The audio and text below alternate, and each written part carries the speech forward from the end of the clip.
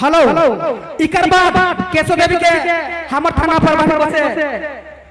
pharmacy है ओकर बाद इकने भाई तैयार रह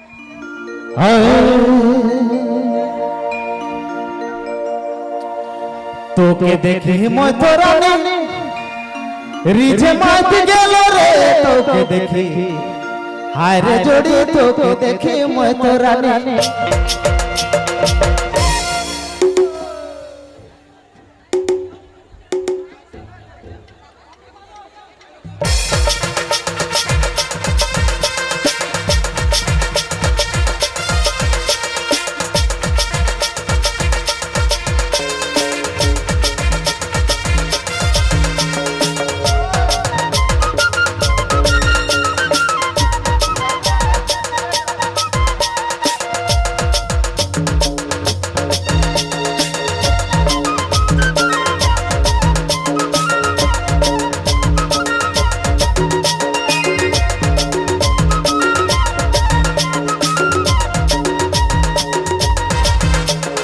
तो देखी मोय तोरा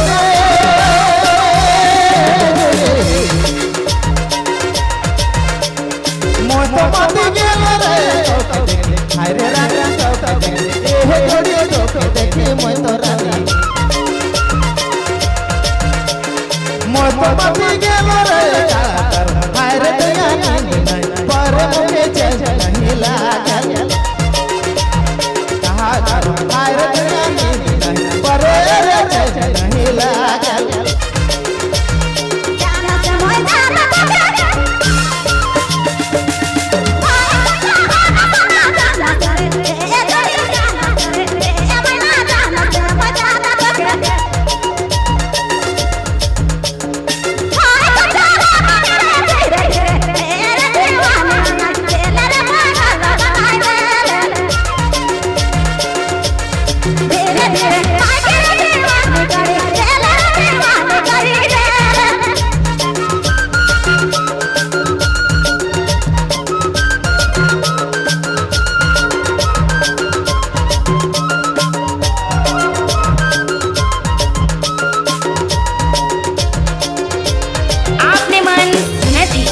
बबलू मोबाइल बैठमा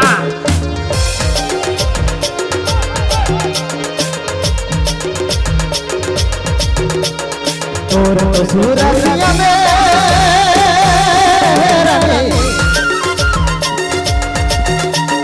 मोय तो मती गेलो रे तोर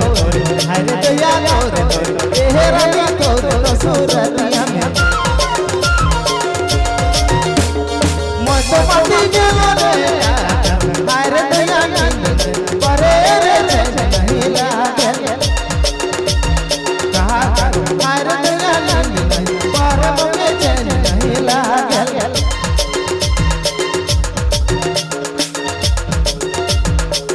रावरे मन सुने नहीं डीजे बबलू साउंड बैठमा